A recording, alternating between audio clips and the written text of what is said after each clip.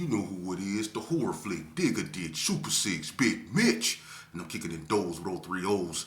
And I'm breaking 28 one-on-ones because we Vegas sons. It's the Chronicles. And you in the Meadowlands. Yeah, you in the Meadows, man. And you already know what made me. 530. What that mean? Oh, that boy Desert, baby. Hubba Dub, Scrub, 22-inch gold Dana Danes, and Big Bolo Yang could never be on my claims, man. Nah, I'm just playing. Welcome to Vegas Chronicles with the whole Super Six, Mr. Digger Ditch, Big Mitch. And today, like any other day, y'all know what we do. We kick actual factuals with no additives, no preservatives, just raw and uncut. Like what? Like summer sausages and crackers. Y'all already know. Shout out to everybody that's been rocking with your boy, man. Shout out to everybody that's been supporting my platform. Is y'all getting tired of my intro? Because I'm not. I love it. Nah, I'm just playing. Let's jump right off into it, man. I had a few requests. I correspond with my audience. I do the best I can, you know. But I had a few requests. Some people wanted me to talk about the 90s music scene in Vegas. And I'm going to do a video on that. But let me say this in regards to music when it comes to Vegas real quick. I never really touched on the Vegas music scene and people that came up out of Vegas when it comes to music. But let me just say this for people that don't know. You know, when it comes to Vegas, you have, you know, a lot of local artists. You know, Vegas really hasn't really been tapped in like it should be because Vegas is an abundance of talent. But when it comes to Las Vegas music over here in the Meadowlands, man, you go hear names like the Kinfolks, you know, and you're gonna hear names like the Murderers. You gonna hear names like Clicker One, you know, Doomsday, Trigger B. You gonna hear names like Fortune. You know what I'm saying? It's a lot of different gangs. Eternal, you know, and then of course you gonna have Stacy G. You got the Landlord. You know, it's a Babe Blue, Blue Angel. You got a lot of different artists in Vegas. But when it comes to longevity, when it comes to, you know, being in the game, staying authentic, you know, putting people on and trying to give people exposure, to me, you know, you got to give it to Stacy G, you know. And I'm not saying that, you know, just to be saying it. I'm saying it because he put in the work. You know, he really is the one that really went out there and tried to put people from Vegas on. He always rep Vegas to the fullest. He got a respectable name in Vegas. He been around since I don't know when, since I was knee high, you know. So when it comes to that rapping, when it comes to Vegas, when it comes to music in Vegas, you can't say it without saying Stacy G. And I'm just giving homage where homage is due. Now, I'm not saying all the other people I mentioned ain't worthy of mention, but I'm talking about longevity. He's still doing it. So my thing is this here, when it comes to that, you have to say Stacy G, you know. And if you from Vegas, everybody knows Stacy G, man. I know you know me. I'm the big homie. You know, y'all gotta say Stacy G. And keep it real. Who wasn't bumping? All you can see is my does. Dun dun dun dun. Who wasn't bumping that? Keep it real. So when it comes to the Vegas music scene, Stacy G. Let's get right off into what I was talking about, man. What I was gonna talk about. Somebody asked me an important question, and it was concerning the Gerson and why they tore it down. I'm gonna be honest with you. The reason why Herbie Gerson was tore down, it wasn't because the way people was acting over there, although that contributed to it. But the reason why they tore Herbie Gerson down is because they found viruses in the soil and asbestos in the wall. And in fact, people were catching the C word, you know, over there in the Gerson because of that asbestos and the stuff that was in the soil. People were actually getting sick. And you know, if people were aware, because that's the reason why they handed out vouchers like that, so people wouldn't file a class action lawsuit. But people wasn't paying attention and people weren't on the same page. And I want to know what an ACLU was, because if this happened in another area and it involved another race, I guarantee you there would be a class action lawsuit, because they found asbestos and they found a virus in the soil over there in the Gerson, and it was making people sick. It was giving people diseases. So if somebody was inflicted with that stayed in Herbie Gerson, that was inflicted with the C word, you know what I mean? And somebody had family members that stayed in the Gerson for a long time, people need to start looking into that, man. because y'all might got a class action lawsuit because that's the reason why they tore Herbert Gerson down, man. A lot of people were catching diseases up over there. They were getting sick because of asbestos in the walls and because of dirt that was in the soil. And I truly believe that that was done intentionally. Because I'm serious, and I might be going too deep, but maybe I am. But you have to look at all options, man. When you live in a project, and a project is exactly what it stands for. A project is an experiment. Okay? Now, if you look up over there, watch this here. The first apartments that they tore down in Las Vegas, hood-wise, was the Brownies. Jan Larry Jones did that. She went over there, and when she was the mayor, she went up over there and she condemned them apartments on the spot. The Brownies was uninhabitable. Everybody remember the Brownies, Sierra Nevada Arms. And everybody knew what it looked like back during 84, 85, how beautiful and flourishing it was. It was green over there. They had a swimming pool. But by 1989, if you walk through the desert from the Gerson or the Little Carry Arms, through Sierra Nevada Arms, the Brownies, they had an opening in their back wall. And on both sides of that wall was filled with trash. And it had a stench that was unbearable. And I mean the trash filled almost as high as the wall. It's like people just went back there and took their garbage and just dumped it over the wall. I swear to God. And when you went to the swimming pool, it was old bike frames, broken bottles, rocks, glass, people that urinated up in there. It was just tore up over there. The grass that used to be on the ground started turning brown, and it was just uninhabitable. So Jerry Larry Jones condemned them apartments up over there. That was the first ones, the Brownies, But then they got the Gerson, and then they got the Carry Arms, the Little Carry Arms. And we all know that Carry Arms, it was something wrong with the soil up over there. That's why they tore it up, and a little one. Winslow Park, the houses up over there, they were sinking for a very long time before they moved them people out of Winslow Park to the other side of Martin Luther King. But Winslow Park has been sinking. It's still some people up over there whose houses are sinking, and they want to move them people, but them people ain't just trying to give them their houses, and that's what's going on in Las Vegas. Now watch this. Me and my girl used to go to that mosque down there on H and Mac Williams to see Fatim, the imam of the Muslim community over there. I used to go down there to see him and Safari. And I remember one day we went down there, they tore down Treeline Park, which was some apartments on Mac Williams directly across the street from Marble Manor. They tore them down along with the Westwoods, which are some more apartments on Mac Williams that was directly across the street from Marble Manor. But when they tore down Treeline Park, it was people out there in white suits, biological suits, white suits. And they had tents up like they didn't want people to see certain stuff. They found something in the soil up over there after they tore them apartments down. And people were down there getting sick toward the end of Marble Manor.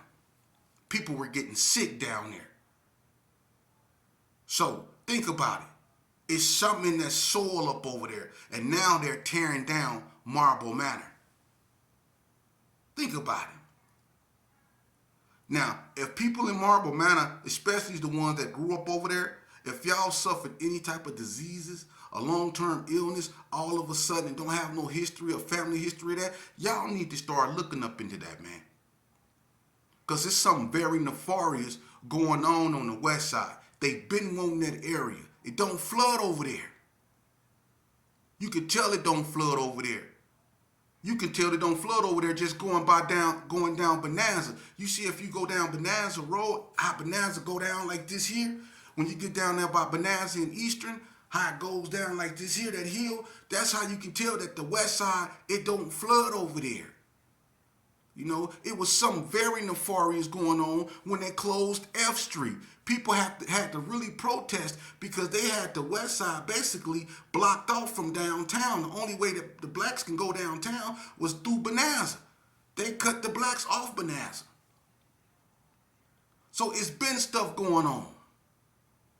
And they turned F Street, where they got the historic west side, that sign, and it's all pretty. That's a checkpoint, man.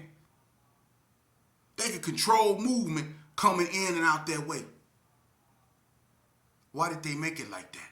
These the questions we need to start asking ourselves, and I'm going to tell you why they did that. Y'all remember during the riots, the 92 riots, y'all remember that? What happened when we tried to run down there to downtown? That's where they shut everything down at. We couldn't make it downtown. They tore up everything else, but they did not let everybody. Downtown was off limits. And so what they did is they learned from that. So they improvised. They made it so if something happened next time, they'll already be ready for that. People better wake up. They put stuff in that soil, man. They been wanting them neighborhoods. I told y'all that. Y'all not paying attention. It was a reason Barack Obama came to Doolittle. Out of all the presidents of the United States of America, and out of all these 50 states, he chose to come to Doolittle, right? Why? Because if you look behind Doolittle, over there in that area, go behind Doolittle, and what do you have?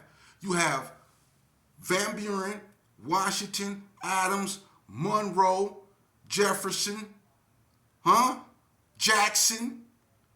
You have all those presidents. They've been wanting that area. Think about it. Jackson Street. Jackson is named after Andrew Jackson, the face of the Democratic Party. The real Dixie Democrats, the one that don't like you. He's the face of it. Andrew Jackson, the one that's on your $20 bill. That's who Jackson Street was named after. Now, if you look at Jackson Street, what is Jackson Street? Jackson Street is the main vein of the black community, because back in the days, you can only go to the Town Tavern and the Moulin Rouge. The Jackson Street was the strip of law. That was the jugular of the black community. Jackson. Old Hickory. And then you had places like Van Buren, Washington, Adams, Monroe. Wake up, Madison. Those are presidents. That's why Obama came over there to Doolittle. And then guess who came up the street to Mario's? Remember Barack Obama's vice president, who eventually became president? Joe Biden went to Mario's. Why are they going to all these places on the black community? Y'all not paying attention. And then they got the federal building on Martin Luther King, don't they? The federal building is on Martin Luther King and Lake Mead. Then they got the federal courthouse on Martin Luther King and Cary. Where is the sheriff department? Martin Luther King, going toward Alton. Why they got all that power central right there in the black community? Why did Katy Perry come perform with Barack Obama at Doolittle?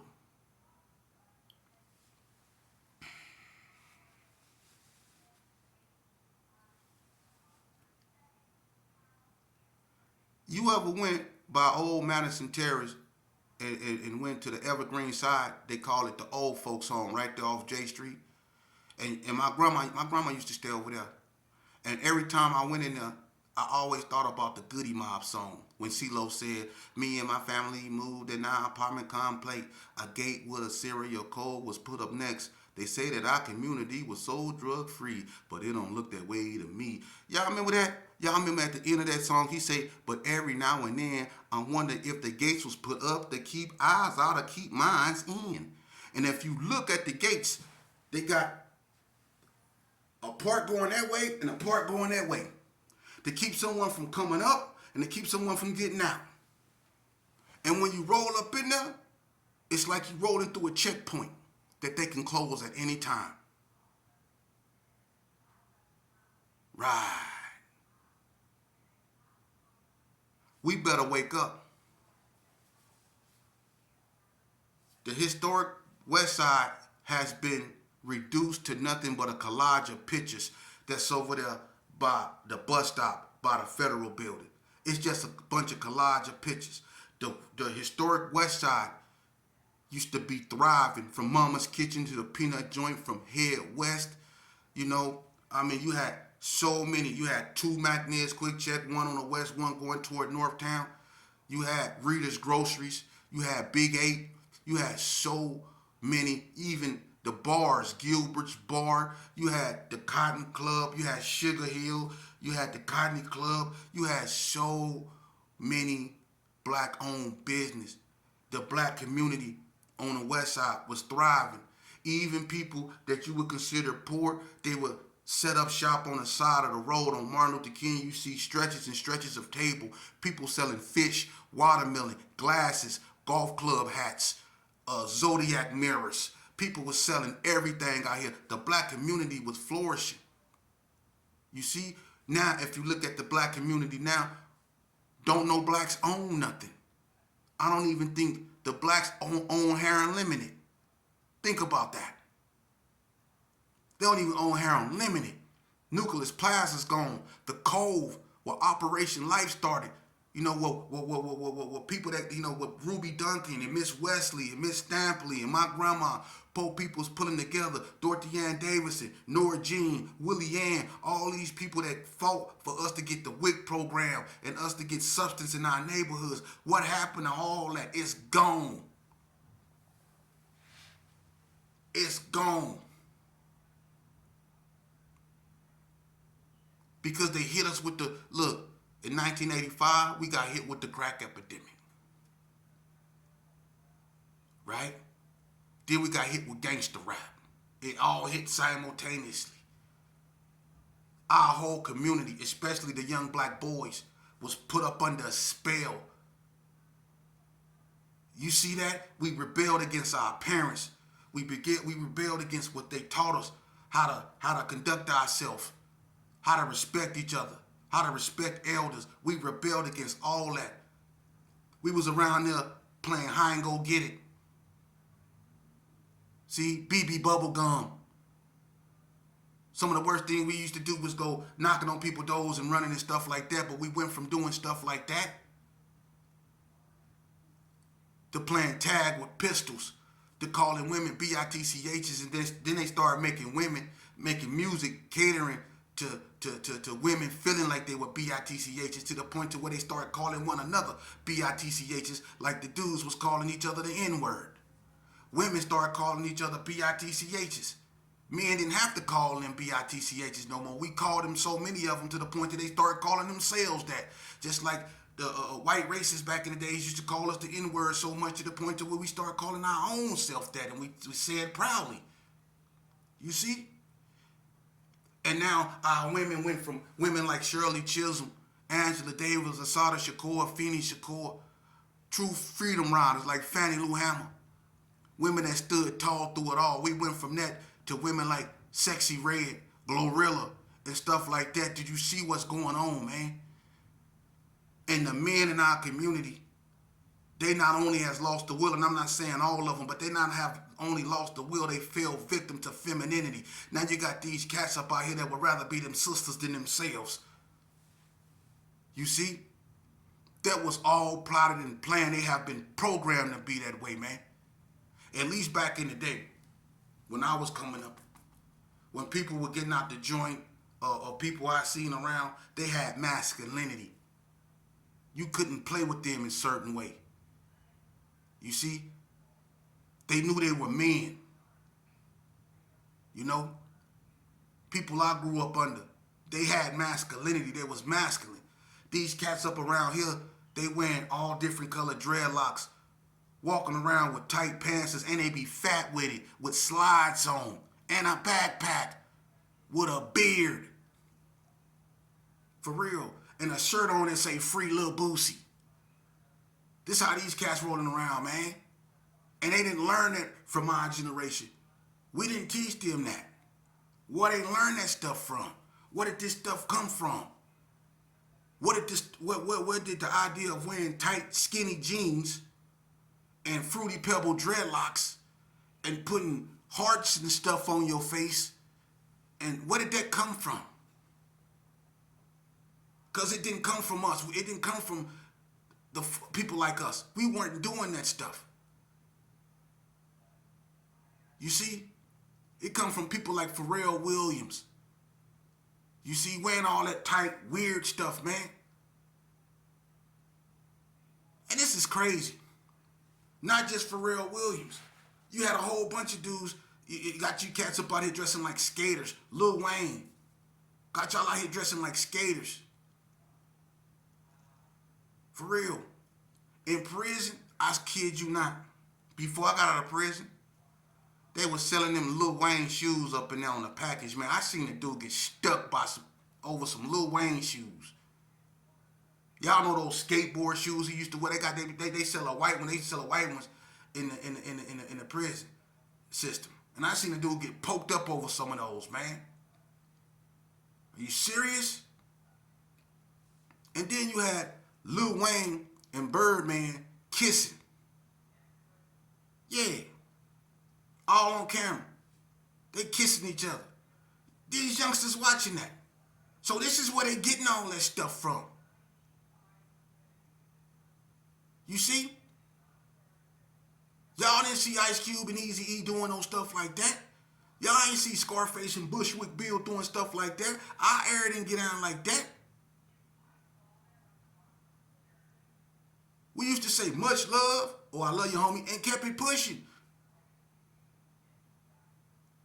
But all nowadays, man, when a person say they love you, you got to really question in what you mean by that. Because dudes be having some cold in their heads, man.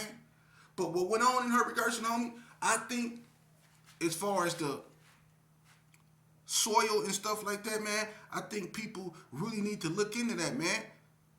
But we come from, poverty, and people just trying to survive. So when they was handing out them vouchers, people weren't asking questions as to why. People was just glad to get on. Because the Gerson became so desolate, it was just boarded up buildings of broken glasses and spray paint. Even the substation was gone. It had asbestos in the substation too. And when Metro left, they should have knew something was wrong. When the police stopped hanging out in the substation, it was still black and white. They still had that Metro stuff on there, but they was nowhere in sight. We should have knew right then and there something was wrong.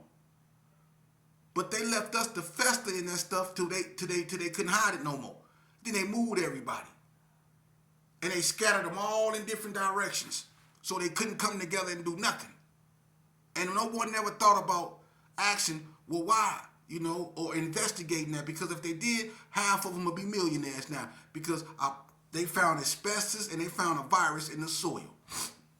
The question is, how long did they know? And how long did they allow people to sit up in that stuff before they did anything about it? And why wasn't people notified?